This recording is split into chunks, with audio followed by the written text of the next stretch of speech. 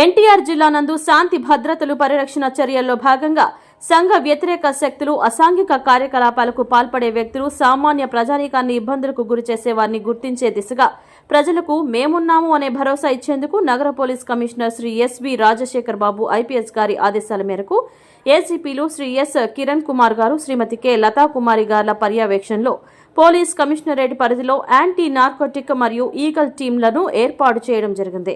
ఈ ప్రత్యేక బృందాల వారు నగరంలోని వివిధ ప్రదేశాల్లో విస్తృతంగా తనిఖీ నిర్వహించి చట్ట వ్యతిరేకంగా మద్యం, గంజాయి మరియు ఇతర వస్తువులను రవాణా నియంత్రించడం, అనుమానిత ప్రదేశాలపై నిఘా పటిష్టం చేయడంతో పాటు విరివిగా ఆయా ప్రదేశాల్లో తనిఖీ చేయడం, బహిరంగ ప్రదేశాలలో మద్యం సేవించే వారిని అదుపులోకి తీసుకోవడంతో వారికి మత్తు పదార్థాలను సేవించడం వలన కలిగే అనర్థాల గురించి అవగాహన కల్పించడం జరుగుతుంది.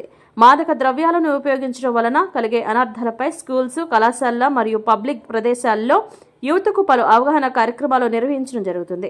ఈ నేపథ్యంలో 23/4/2025 తేదీన యాంటీ నార్కోటిక్ మరియు ఈగల్ టీం బృందాలు వారు నగరంలోని వివిధ ప్రదేశాలలో తనిఖీలు నిర్వహించి 45 మంది అనుమానిత వ్యక్తులను కౌన్సిలింగ్ ఇవ్వడం జరిగింది. ఓపెన్ ప్రదేశాల్లో మద్యం సేవించి 40 మందిని అదుపులోకి తీసుకుని తగు చర్య నిమిత్తం వారిని సంబంధిత పోలీస్ స్టేషన్ వారికి అప్పగించడం జరిగింది. అదేవిధంగా లేడీస్ హాస్టల్ సమీపంలో పటిష్టమైన నిఘా ఏర్పాటు చేయడం జరిగింది.